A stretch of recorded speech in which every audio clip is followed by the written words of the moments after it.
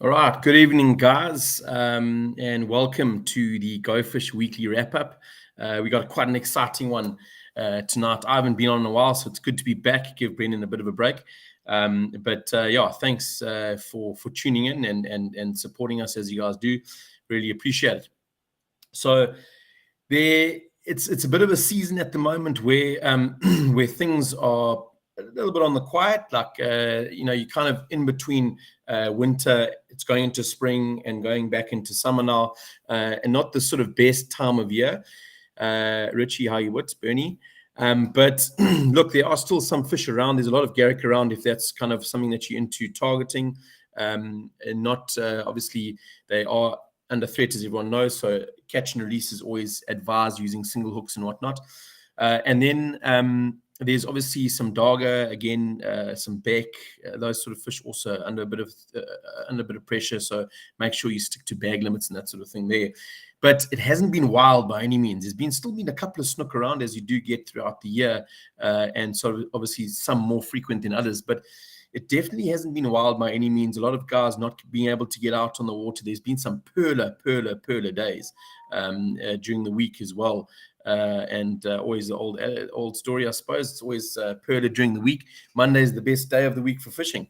But yeah, and hopefully going into spring now, we're going to see some better game fish activity coming about and better fish activity, I should say. So a couple of exciting things have happened over the last couple of weeks, and as we move forward, one of them being the Saftad show that happened 2 weeks ago up in Joburg. Now that is the South African Tackle and Trade Show, and it's basically a glimpse into what's coming and what's going to be hitting the shelves in the tackle stores from next sort of towards the end of the year and into 2024. A lot of the tackle guys like Penn and Shimano and Rapala have got a hell of a lot of exciting things that we're going to share with you over the course of the next couple of days and weeks on Facebook. So check out our platform for that. That's going to be really, really cool and interesting. There's some really nice reels from Penn that have come out, and just a lot of good thinking from the tackle manufacturers with regards to getting stuff out that's more versatile, but also easy on the pocket. So it's going to be very interesting going forward to see what they're bringing out and what they've got to show. And like I said, you can catch it on our Facebook page. That'll be coming through. Another really interesting revelation that's happened over the last couple of, I don't know how long it's been going on for, but we've just got wind of it over the last sort of day or two. And I don't know how true it is, so please let's not get too excited just yet. But we've got a little bit of hopefully a bit of a light at the end of the tunnel on the fishing licenses story. So there's been a message that's been circulating. How true it is and how much validity it's got to it, I don't know. But it's come from the Department of Forestry and Fisheries, it seems, and it's a letter that's been sent to one of the members, and basically it's saying that the South African Postal Service DAF is now going online. So they'll be taking fishing licenses onto an online platform. So hopefully that'll be up and running from the 1st of October. They're hoping that's going to be going live. And I know how much, if you've been looking for fishing licenses over the course of the last 2 years, I'd say it's been almost impossible. Even 3 years, it's been sometimes impossible. You have to travel, sometimes 20, 30, 40, 50 Ks outside of your area to find just a fishing license to be able to sign, because the other post offices have run out and whatnot. So that's quite exciting news. Hopefully going to make our lives quite a bit easier. Natal Powerboats has got a show that they're doing this weekend at their spot in at their dealership. So make sure you pop into their dealership in Malacca Road, which is in Red Hill, and they're going to have a whole lot of their boats and motors and whatnot on show. And guys, I mean, you've heard us chat about them before. Over the course of the last year, I'd say, year and a half, 2 years, Natal Powerboats has always been at the top of the game. But I can't really put my finger on it, but I know, you know, they've just been so super involved in nearly every event that has come about, whether it's offshore, saltwater or freshwater. They've really just dug their heels in and try to get involved as much as possible in everything to do with water and boating, and it's shown, because they've just gone from strength to strength to strength over the course of the last sort of 2 to 3 years. You step in there, they are super helpful. They're brilliant at what they do. They're always giving the right advice. And it makes a massive difference when you've got guys that are on the water and also have clients that are on the water nearly every day, being able to come back and relay information to them to make your boats and your boating experience better. So get down to Natal Powerboats at 121 Malacca Road this weekend and have a look at some of their show specials. It'll definitely, there'll be a couple of ones to blow your head back there.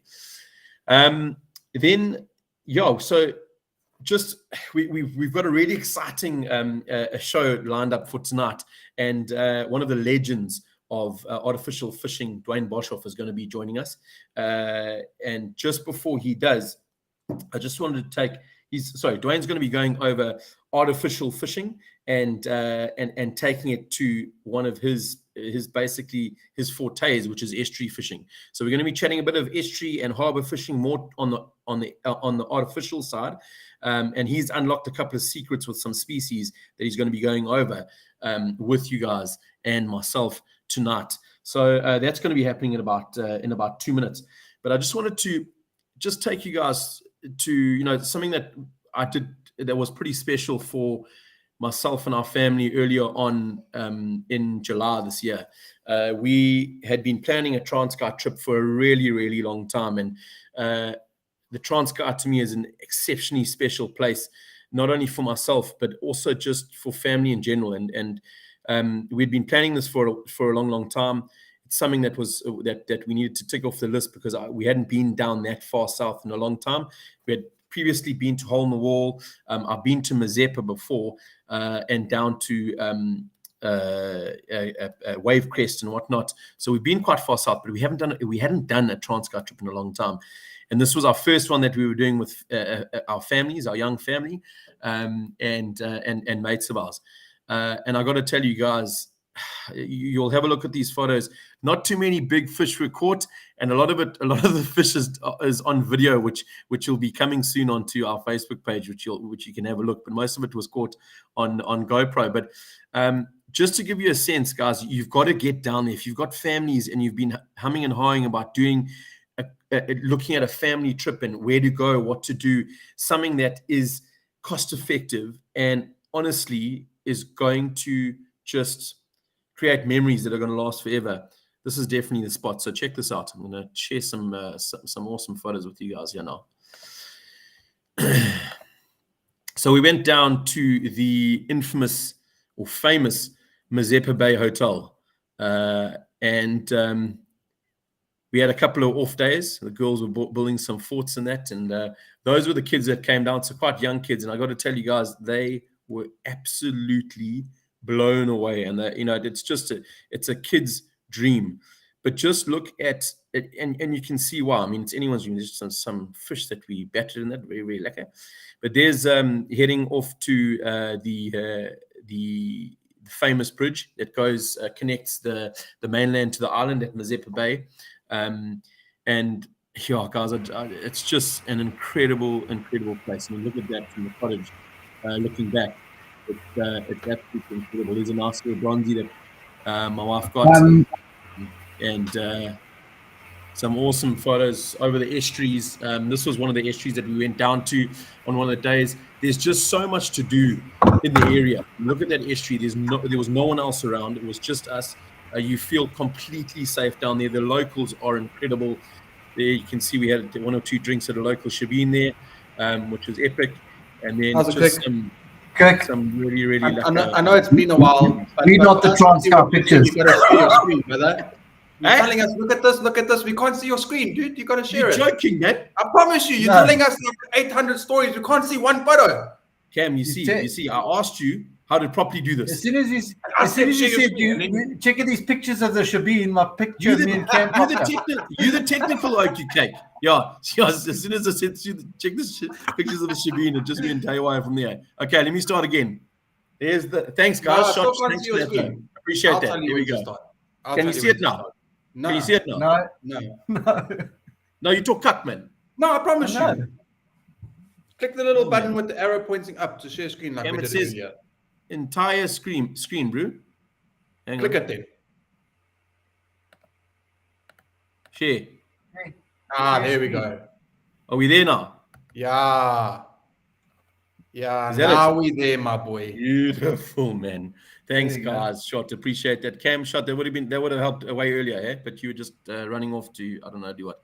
But yeah, guys.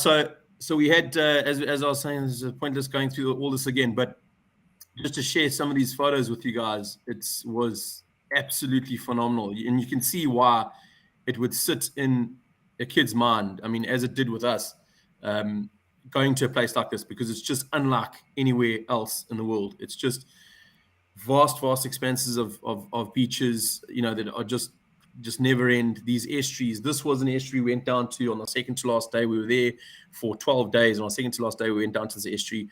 It was absolutely incredible. No one else around. We took a local gilly there by the name of Beef, absolute legend. And that was some of the stuff we had to get to. But that's all part of the adventure, and the kids absolutely love it, So, guys, if you're looking for an awesome getaway and an awesome holiday, you've got to get down to the Transkei. You've got to do something like this with your kids while they're young, and you'll obviously also have an absolute joy. But one of the places you can stay down there, obviously, there's quite a few fishing cottages that you can find on places like Airbnb and Booking.com and whatnot, and where to stay. Is us having a bit of a jewel with the guys at the Shabin. But also, obviously, Mazeppa Bay Hotel has been going through a couple of renovations of late over the last couple of months. And hopefully they're going to be back up and running as soon as possible, because that is obviously an iconic place in Mazeppa Bay and along the Transkei coast to go down and stay. It's just got so much fishing history. It's just an incredible spot. So a couple of photos from the holiday. Like I said, guys, if you guys want any information on sort of doing something similar, you have to get down there, chaps. It's just absolutely unreal. Brendan, shot for joining me and saving me there, bro. Appreciate it. Okay. Dwayne's going to join us quick soon, but the reason he's not here is because you never sent him the link. No, I did, and Cam did. Ah, okay. Or maybe his email. Maybe he got his email wrong. I've just WhatsApped him now, so he just WhatsApped me and he said no email received. So he's just. Right. I've just sent it to him, so maybe he'll join on. Okay. All right. Okay. So I think we just check with him. He's going to join on. We were gonna chat a bit about what we've got coming up, Brendan, from the Go Fish side as well. But shot for the invite to Transkei though. Sorry, did you not check it? I know up in the hills there, things get a bit lines get crossed there.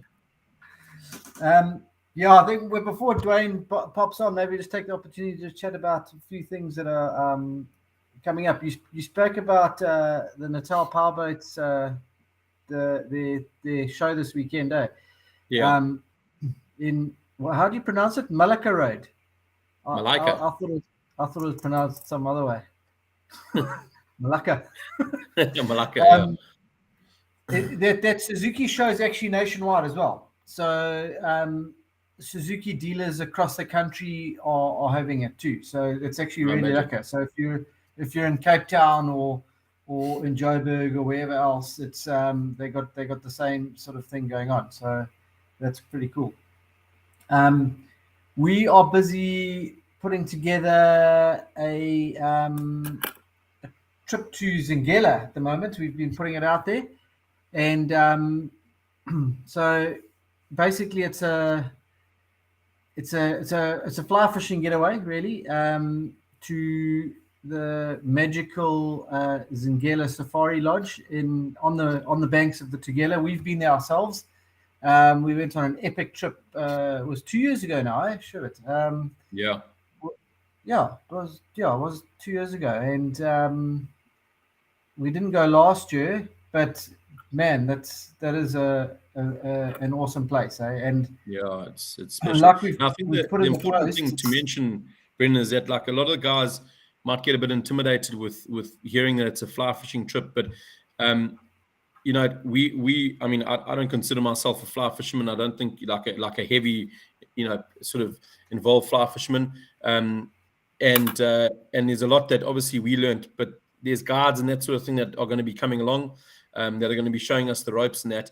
And honestly, anyone can pull in. You don't need to be a fly fisherman to come along on this trip, and you'll learn so much. And it's a totally different. You think it's fly fishing as in big long casts? It's not. It's a totally different way of fishing. You're literally kind of dropping in your you can do obviously long casts as well, but you're standing on rapids and dropping in your fly and waiting for these. That's when when you Euro nymphing and check nymphing. That is the one way we've discovered that's the way the fish were biting when we were there. And it's like you say, it's exactly we were scratching in the beginning of that trip, and then once we sort of cracked the code, I think if we had been there another 2 or 3 days, we would have really clapped some lekker fish. So it's all about sort of figuring them out, and that's why there'll be guards there to show the guys what to do and where to fish. And I mean, to be honest though, it's just such an awesome place. You're in it just feels like in the middle of nowhere. It feels like you've gone back in time almost. Hey, yeah, 100%. It's an experience. It's this lodge that could have been there 100 years ago and been the same. You know, there's not another human in sight. Every now and again, a local herdsman might pop up, and that's about it. And this massive stretch of water of the Zingella, that's exclusive, really. You don't really have any other way of getting there. It's all on the property of Peter and them at Zingella's there, and we stay at the camp there, and the animals sometimes come through at night. We have bonfires going. We're gonna have gin bars on the banks of the river, and it's just going to be an incredible experience. Eh? I think the big thing is that, you know, like we focused this year, and our focus this year has been with regards to trips like this is to have these novel type trips, experience and adventure orientated type trips. So it's not just going on your regular sort of heading down the coast to wherever, Port Edward, and I'm going to take a charter and I'm going to go out and wherever. That's lekker. That's really cool. But this is something that's going to sit in the memory banks forever. It's like you say, you go to a place like that, you're going back in time. It feels like raw Africa 200 years ago. It's absolutely untouched. There's wild animals. You know, there's animals around you. When I say wild animals, there's animals around you. There's giraffe and there's some game and whatnot, and some no cell phone signal. Warthogs, no cell phone signal. It's an absolutely incredible place. And obviously throwing in a couple of gins by the river and some beers by the river, and obviously the fishing is just it's a really special place. So that's definitely something that you guys, if you guys are, it could tickle your fancy. If you're not, you don't need to be a freshwater fisherman. You don't need to be a fly fisherman. It's literally something that will.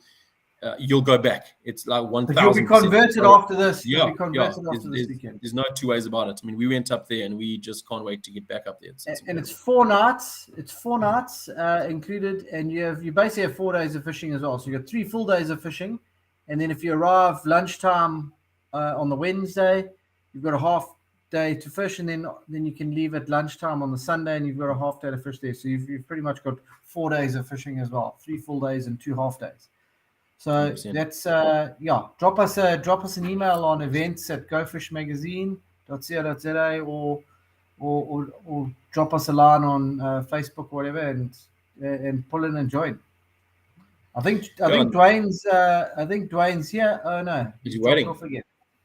So just until Dwayne comes on, I hope he's going to be coming on soon. But yeah, just quickly, we've got some. It's great to have the tours back up in full swing. We're going into our Lazarus season. Our first trip to Laz starts next week, and that's one of the tours that we as Go Fish do and put together for you guys. There's Dwayne. Dwayne, how's it? Hi. How's it, bro? Sorry, some technical difficulties here. But anyway, we're just throwing it on the cell phone. Does portrait or landscape work better here? No, that's perfect as you are there. I think works fine, eh? Cool. Yeah. How are you going, bro? Lucky and yourself? Yeah, good, man. Good. Good. Thanks for having me. No worries. Thanks for agreeing to come on. I just want to check if Cam has got the pics ready there. Cam, if you can get them at the ready, so I can give Dwayne the proper intro. So here we got Dwayne Boshoff that's going to be chatting to us. Go for it, Cam. You can put the pictures through. Yeah, they're on. And this is what we're going to be covering. We're going to be covering all this type of fishing, the artificial fishing that Dwayne does.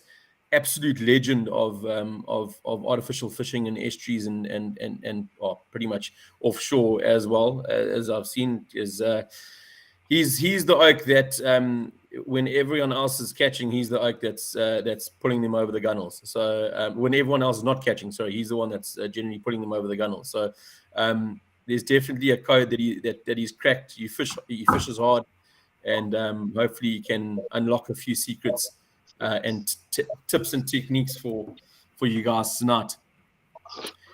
But guy legend. Yeah, I don't know how that anything got in there, but anyway, that's the double cane and Coke in there, and the crystal glass that it comes in. Dwayne, again, thanks very much for joining us, bro. And so, like we had said, I think we're just gonna, it's a good time of year as we've seen down in Port St. John's at Vernon Spot, how the fishing down there has been absolutely loose the last couple of last month or so. It's certainly the time of year. Yeah, and I'd say we probably got a good sort of month, 2 months, month and a half of it left with regards to Cobb and Garrick and that. Can you run us through sort of, just sort of maybe start off with a few, like your go-to rigs that you take down targeting sort of like your general type species, Right. So look, there's two sides of it. There's bait fishing and there's lure fishing. I enjoy both, but certain systems and certain species obviously a lot more difficult to target on lure, and then we would sometimes revert to bait fishing or live bait fishing. So if you're going to be talking like specifically down there, you mentioned St. John's now. So they generally, if you talk my favorite rig, bait fishing, if I could cover that first quickly. Yeah. Obviously, when we bait fish, we do a lot of grunter fishing down there. We also bait fish for Cobb and Garrick. Generally live bait for Cobb and Garrick. Cobb, dead starts, whole starts, no problem. A rig there would be like a sliding or running trace, double 6-0 hook, whole start, or equivalent like sardine size mullet.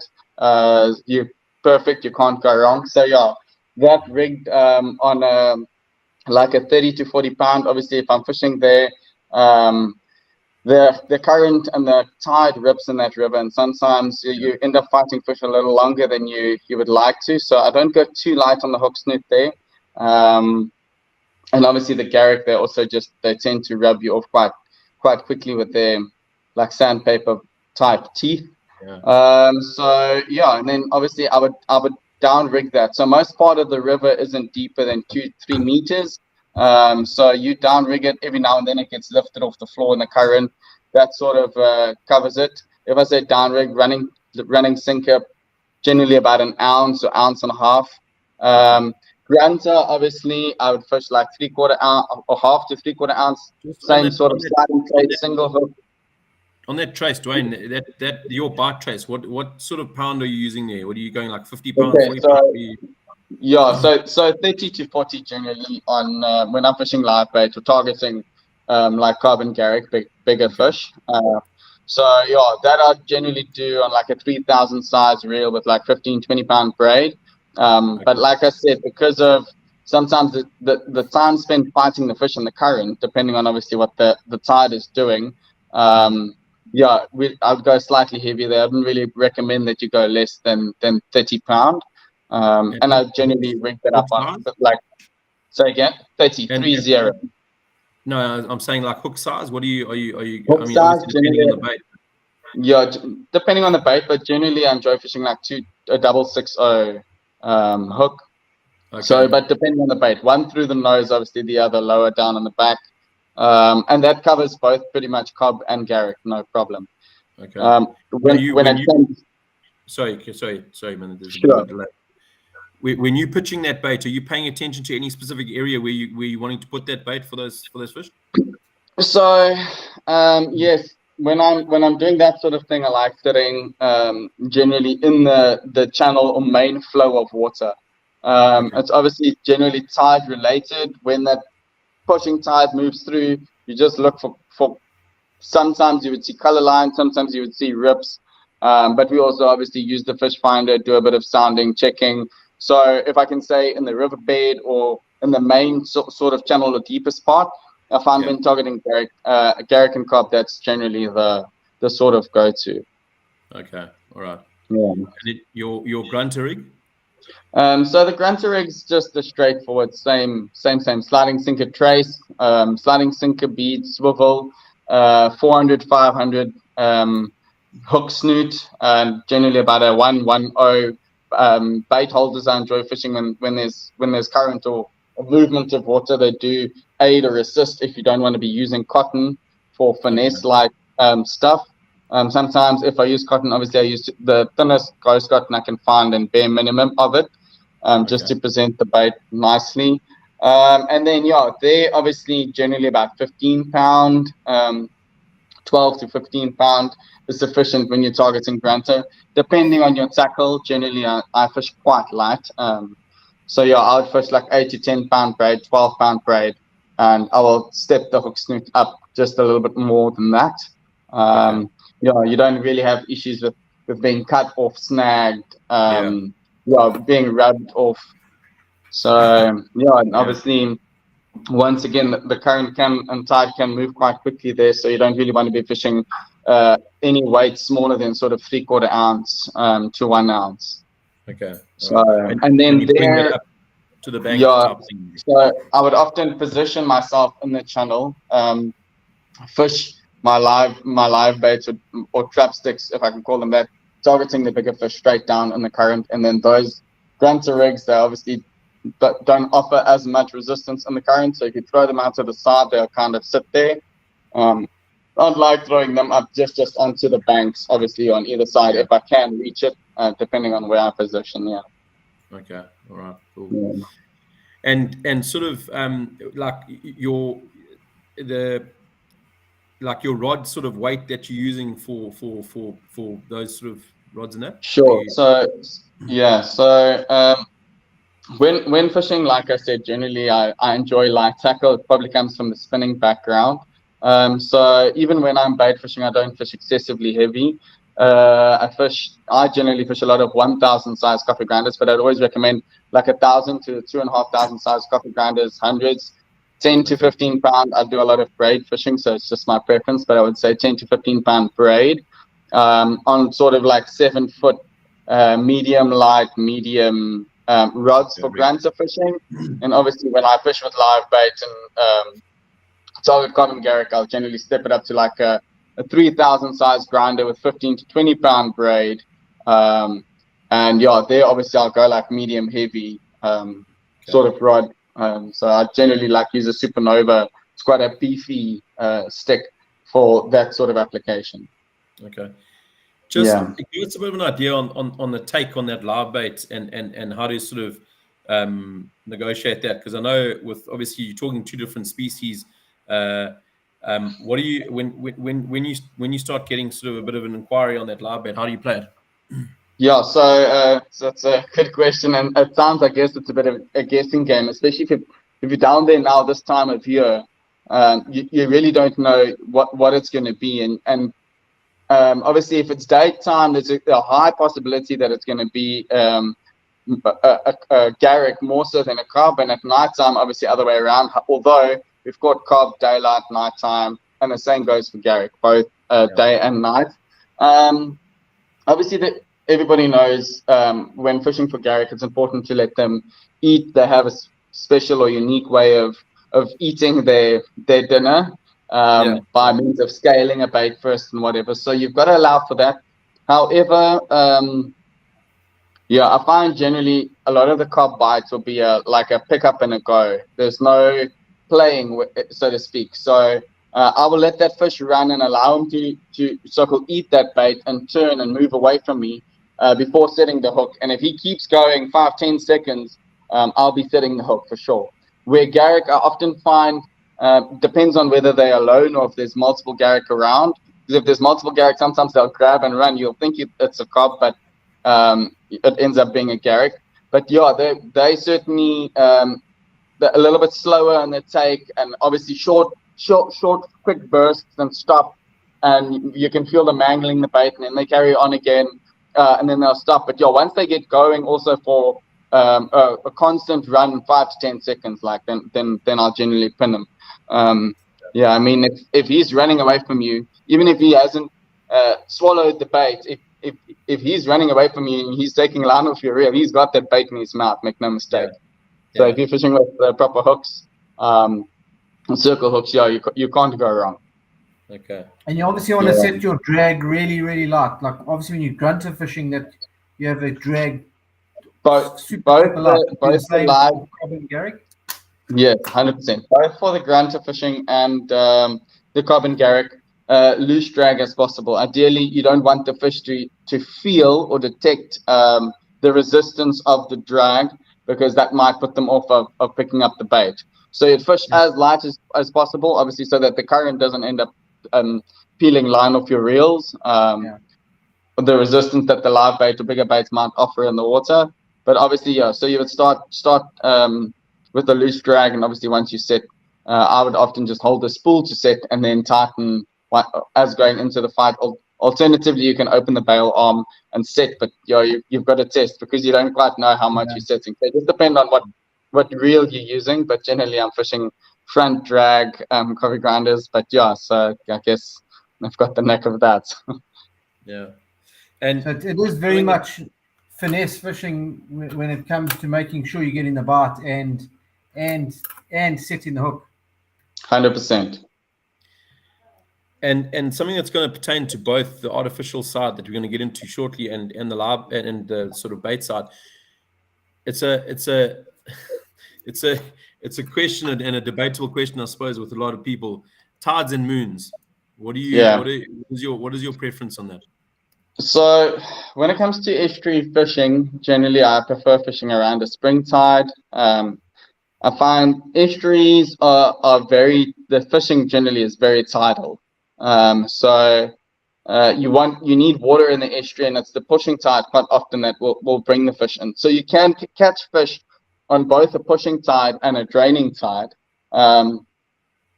But obviously, the greater the push, generally, I would like to say the more fish come in, and the more comfortable fish feel to move into the systems. So obviously, especially like St. John's, cob, garrick, those sort of fish, I believe, move in and out the estuary every tide change, and that's why they're so vulnerable to be jigged there by the jiggers, because obviously the local oaks know those fish are moving in and out with the tide. It's quite different to like Malabar, rock salmon, perch, who reside in the estuaries. But you don't find much of those sort of species in St. John's River. It's mainly cob, garrick, and grunter. Talking about tides, I don't spend a lot of time fishing artificial fishing in Port St. John's River, but when I do fish artificial, it's generally near the mouth, where you get a nice strong first push of the tide, And yeah, when that cleaner water starts pushing into the system, you're throwing a paddle tail or a bucktail, your chances are good, day or night. So yeah, quite often on the first push. And it lasts an hour or so. There's still fish moving through, but it's as if they hover there waiting for the water to move to come into the system. So yeah, that's the best time for throwing artificial in the mouth area there. Before are they, we get in, sorry, I know you're talking about the guys jigging and stuff. Has it been really bad again this year, or have they managed to sort of curb it a bit? I haven't seen a lot of reports, but you don't know whether it's just because they've actually got tired of reporting it or what. Yeah, so it's bad. still happening, Unfortunately, so authorities are there policing it. I've seen oaks fish at places I've never seen them fish before because they're obviously just trying to get out of sight.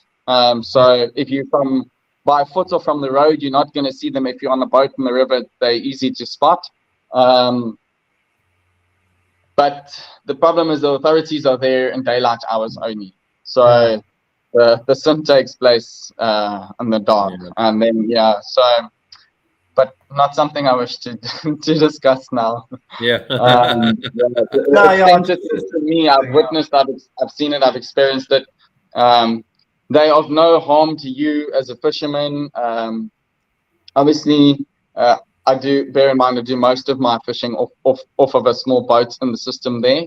So it might be different if you land based, but they quite specific as to where they need to do this. I mean, jigging is a lot of effort, and they try and hug narrow channels where they can pretty much throw right across the channel and maximize their chances. If you go around to Ferry Point and you go and spin off the beach in the surf zone there, it would be like your Transkei trip good, where there's no one in sight, and there's good fishing to be had. And the season is, Kirk, we're talking about it earlier. It's pushing. It goes right through the sort of end of October down there, or the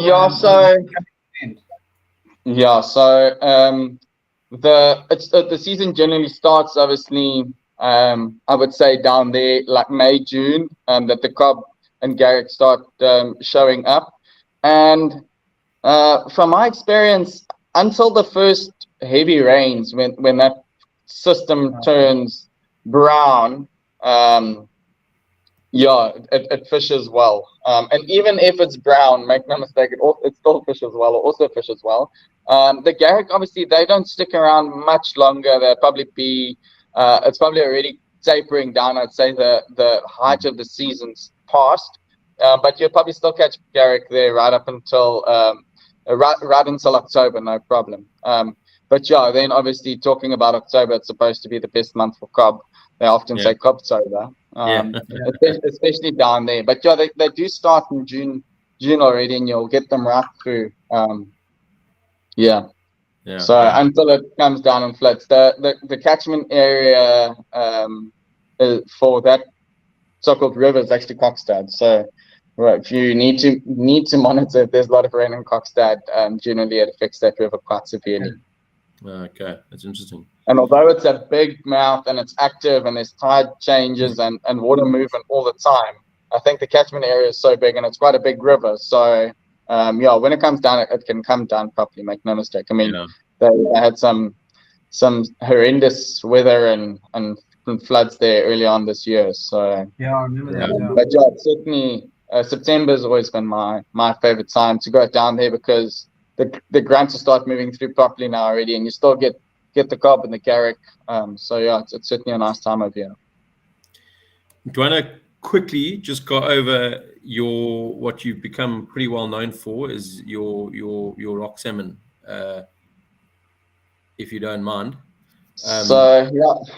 Rock salmon, they call them nkulu because it's the god of the estuary. It's really a special fish, and I think until you take on the challenge of targeting them and catching them, you don't quite know or realize. I think a lot of people don't respect them for what they are and exactly how fierce and powerful and strong they are. So yeah, none of that in Port St. John's, but in most estuaries from the well, even further down, but Eastern Cape, right up till right up until like obviously Cozy, you would get them. Sometimes whether the river mouths are open or not doesn't really matter. They like very resilient to fresh water, so quite often you'll get them high up in the estuary systems. Yeah, they're dirty. They're extremely dirty fighting, which obviously is what makes them like special to catch. It's the challenge. So they're very fond of eating lures, and also obviously fond of eating live baits or whole sods. They're vicious feeders, vicious biters. So yeah, and as a result, I think they're also pretty much under pressure because they're quite easy to catch. It's a beautiful size fish. It's a beautiful eating fish. But yeah, generally catch and tag as many as I can. So yeah, catch them. Some systems like less than 30 k's away from home. But yeah, obviously all the way up and down the coast. Fishing artificial for them. My go-to is top water, because I just feel for them to take the top water lure, they kind of come out of their hole and structure, and you gain that meter, which doesn't sound like a lot, but it makes all the difference. Obviously the top water lure makes quite a noise, which triggers the bite and triggers them to move out of their strike zone, or out of their comfort zone and come and strike the lure in the clear. That's your best chance. I find at times they can be a bit fussy and they're not willing to come off that cover.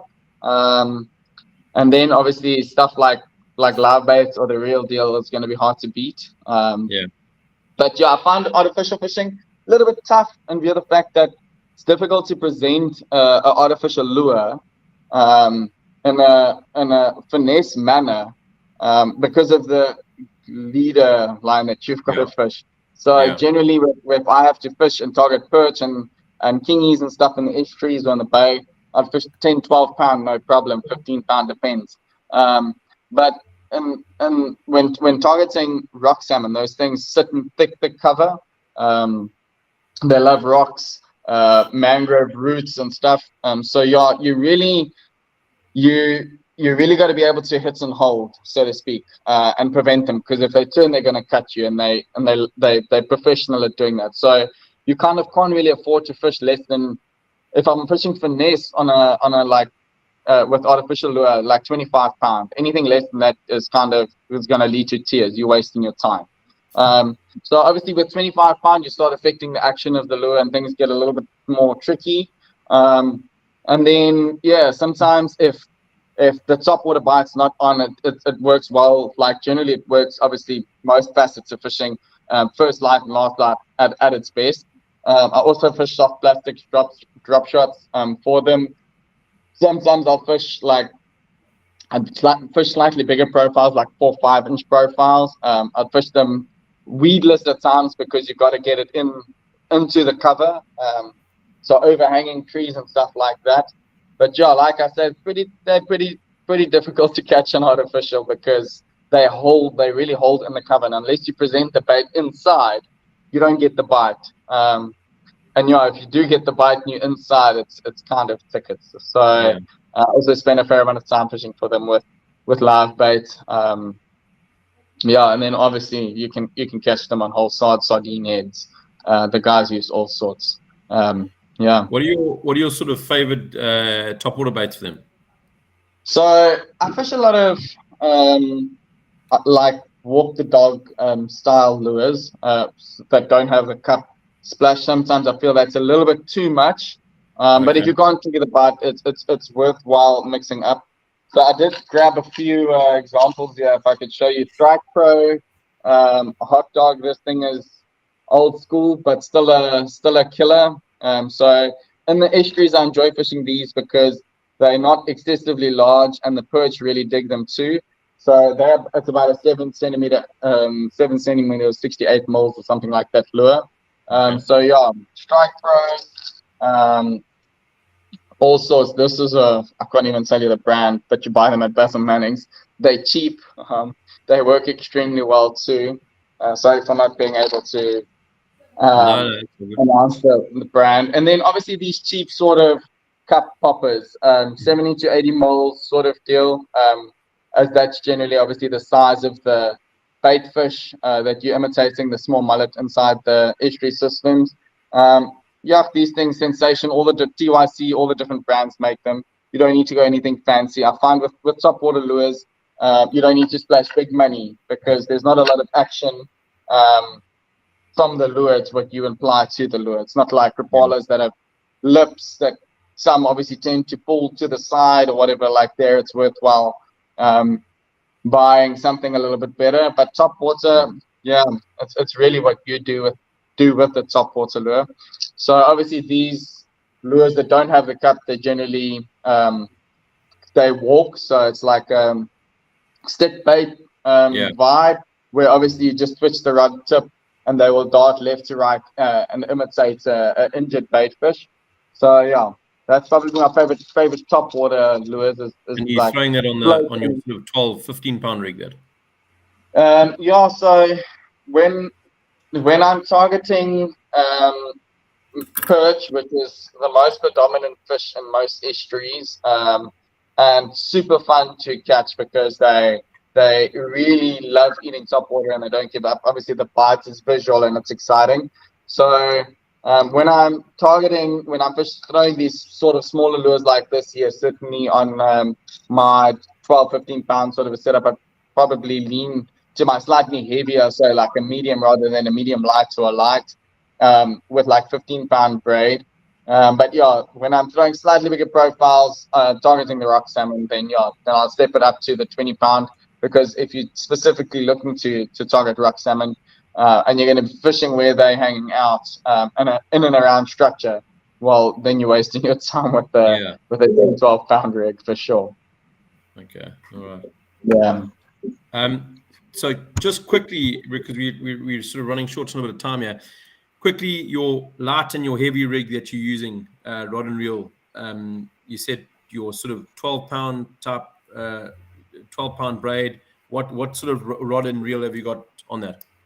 Look, it's preference. So I'd say there's two kinds of fishermen. There's a Daiwater Shimano fisherman, and obviously Okuma is right up there, and then there's the Pen. But generally, I enjoy my preferred reel brand is Shimano. So fish Shimano reels, grinders mostly, and then obviously spinning rods. I use a lot of Assassin rods. It's my preferred rod brand.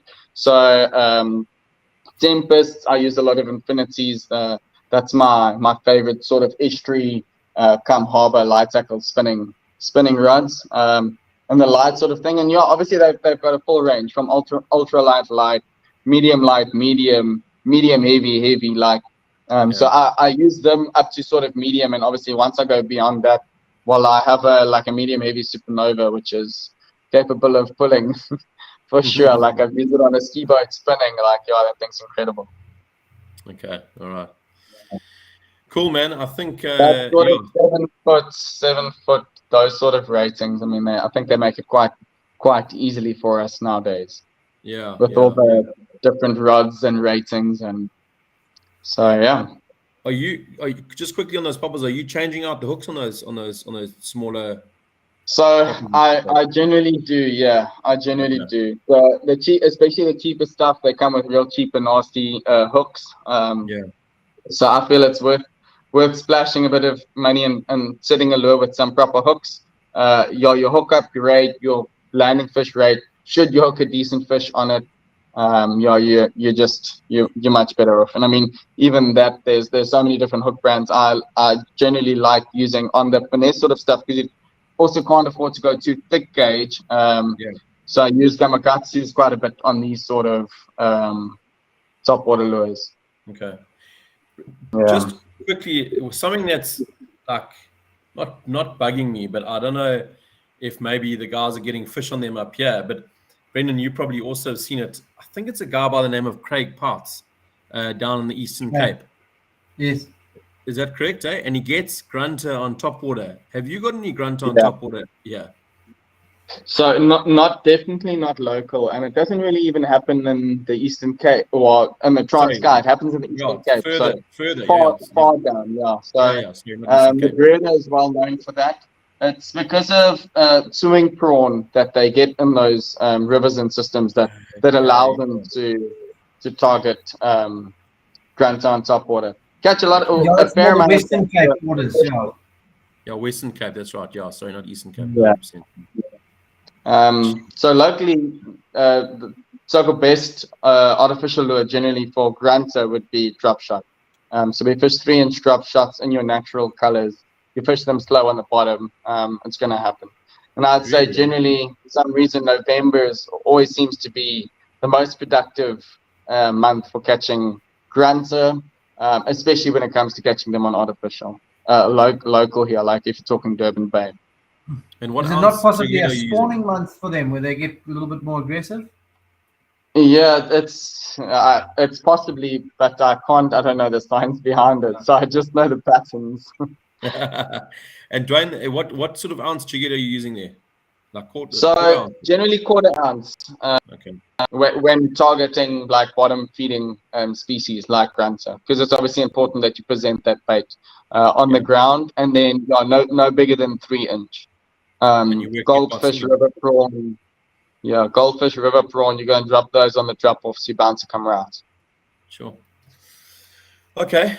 Dwayne, I don't know, Brendan, if there's any more questions from your side. Just Dwayne, the one thing I've always admired about you as well is you catch a lot of fish, but you spend a lot of time tagging and releasing as well. And I think that's an important thing to take out of this, because you're obviously giving the guys a lot of information, but a lot of those fish that are going to be targeted, such as your rock salmon, Garrick, but particularly like your rock salmon and your resident species, I think guys need to just remember to fish for fun for those rather than the pot, because a lot of those fish they live there, and then you start decimating their population numbers decline quite rapidly.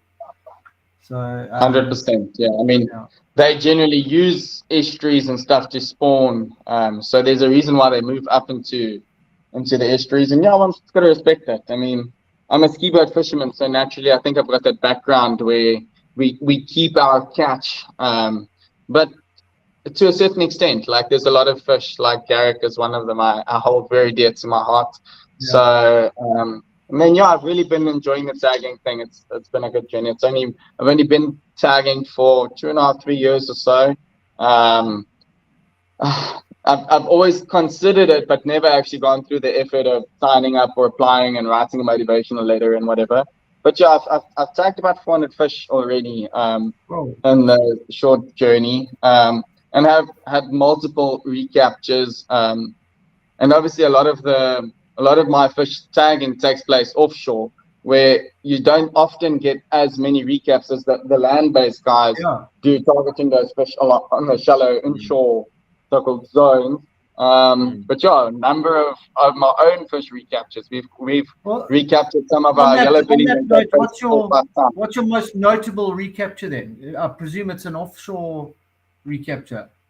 So there's been some special ones. There's been multiple. I can't tell you off the top of my head where my recap counts at now, but like I was saying, we've recaptured quite a few of our own fish, Scotchman, but especially the residential fish like catfish and yellow bellies. And there's some of them that we've captured up to 4 or 5 times. The one on one occasion 12 minutes later. So it's crazy.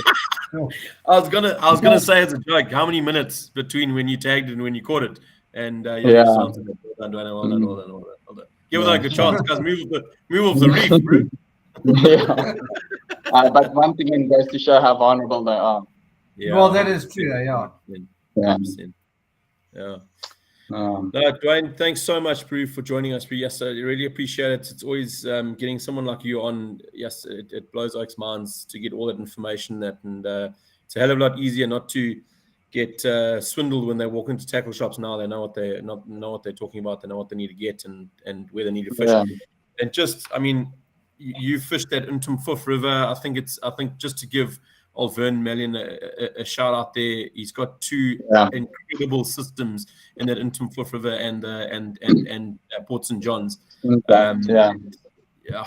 He knows how to run a good camp. He runs a good operation at the Spotted Grunter at Port St. John's as well as the Intumfoof camp there, and it's well worth a trip down there to both those spots. So to Vern, keep up the good work. Join his Facebook page, Spotted Grunter, and he updates there on a weekly basis, sometimes a little bit more, and it's really worth a visit down there. Yeah. But yeah, Dwayne, thanks so much, bro, again for taking the time out of your evening, bro. 100% enjoyed it. Thanks very much, Cinnamon. All the best. Guys. Keep well. Thanks, cheers. Right.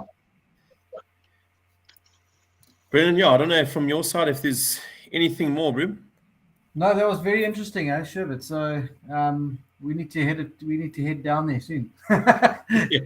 yeah. But I think I'd like to do a lot more estuary fishing. Now, unfortunately, on our KZN, I'm not going to go on too long, but on our KZN coast, we don't have the healthy estuaries that they do the further down you go, like from your wild coast down even into the Eastern Cape. The estuary systems are very, very healthy, whereas here, unfortunately, our estuary systems aren't as healthy. So we don't get to spend as much time fishing estuaries locally. But 100%. I think talking about locally, people in you the were farm busy talking about Lazarus Banks. So maybe just recap on it for the guys. We've still got a couple of dates you can still get in this year, eh? Yeah, 100%. There's probably about 5 or 6 dates left for this year. There's obviously September's quite open still, but there's quite a few dates left for this year. I'd say probably about 6. And definitely won't be using 15, 20 pound braid there. No, you definitely won't be using that. But yeah, it hasn't been fished by a recreational boat in sort of about 3 years, 2.5, 3 years. So it's going to be very interesting to see what comes out there and what the fishing is going to be like out there at Laz. The lacquer thing is that we're now going back into the full swing of tours again, which is amazing. So we've got our Seychelles run that's also happening. We've got a couple of trips left to the Seychelles for this year, probably 2 dates that are left.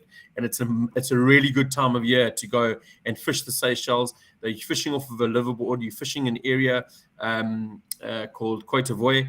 And it is just it's a new area that the guys have found, and it's fishing exceptionally well. Really big doggies, some really good sized jeets that are coming out.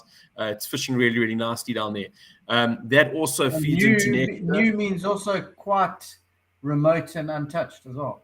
Yeah, so what's been happening is the guys who found it were actually that charter the same operation we do were a bunch of French guys. So it were French tour guys that came over and that run tours for French anglers and bring them over to the Seychelles. And they found this spot off of Koitavie, I think it's called. And it's just it's mind blowing. The catches are it's ridiculous. Like, I mean, doggies, you're talking in excess of, they've been knocked off by doggies in excess of 100 kilos that they haven't been able to land. But they've landed often on every trip. They're landing a couple of 60 to 80 kilo dogs, like proper fish, So there's some really good fishing that's happening there in Seychelles at the moment at that specific spot and in and around there. And obviously there's dates that are open for next year as well. So that's really exciting. Mauritius is something that's in the pipeline. We've been told that next year. And Fiji. So Mauritius, we've been told, is going to be opening up next year. We've got also a liveaboard option that we will be keeping you guys updated on. So that's pretty exciting. Fiji, obviously, we've been doing for a couple of years, and it's fished really, really well. Also, an absolutely stunning location, once in a lifetime trip that to the South African chaps, Ryan and Chad there, great sort of camp and setup there that they've got. And then that's like castaway style fishing that. You like 100%, 100%. And being then on a remote island by yourself. yeah. And then we're going to be letting drinking from out some coconuts information and whatnot. on Latham Island as well. So that's going to be for next year though. So yeah, that's all cracking. And then obviously our local trips in Mozambique. We've got an exciting one coming up with Marcus that we're going to be letting out that info. He's promised me within the next sort of week or two. So that'll be something that we can advertise, maybe try get 1 or 2 trips in for the end of the year. And obviously, we have got dates available for the end of the year, moving sort of October, November. Really good time to fish that area. That's an exciting trip. That's going to be a trip moving from Ponto through to Inyaka, and you travel up by boat. And Fishing the whole way where you can. Yeah, and fishing the whole way up. And then you get to Inyaka, you do that in a day, you get to Inyaka, you get off, have a couple of toots in the pub, a good chow and whatnot, and you stay there for 2 or 3 nights, and you fish the area around Inyaka, and then you come back by boat again down to Ponto. It's a week-long trip, and yeah, it's and you fish the best days that are available within that week. So that's a really exciting fishing trip. That's also going to be done via jet skis, on jet skis as well. It's going to be open to jet skis as well, as we know. So both boats and jet skis. The nice thing about that is it's so close and convenient too. 100%. So that's an exciting trip. We're going to be opening up, like I said, sort of hopefully for October, November, and then obviously running into next year. So there's a couple of exciting options, and there's going to be more to come that we'll release as we go forward. And yeah, so some good things to end the year off. And come to Zingella. And Zingella, got to make it happen. Zingella is amazing, incredible. But yeah, I think that's it from us, guys. Thanks very much for tuning in. That was top info tonight. So. Yeah, that was top info tonight. It really was. Yeah, I mean, we could probably go on and on chatting to him a bit more, which we will do. Get him on again. 100%. I think he's got a bit more he can. He's got a lot to say from the offshore side as well. From the artificial Slow side, he's an absolute guru. Yeah, he's an absolute guru in that department. He caught a dogger the other day on. Oh, I must have a look at the photo, and I just sent it to him. I just said, "What?" Like, there were words that I can't read. I can't say again here. But I was just like in astonishment, just looking at it. How? Like, how have you done that? Well, you heard what he said. He's in the short space of time that he's been tagging. He's tagged 400 fish. That's he's a machine. In the space of 2 years or something. Yeah, he fishes hard though. He fishes hard. He obviously doesn't have 3 kids. No. But that's why he looks so happy. But anyway, okay, that's another day. But guys, thanks very much for tuning in, and we really appreciate your time shot for the support, and we'll catch you in 2 weeks.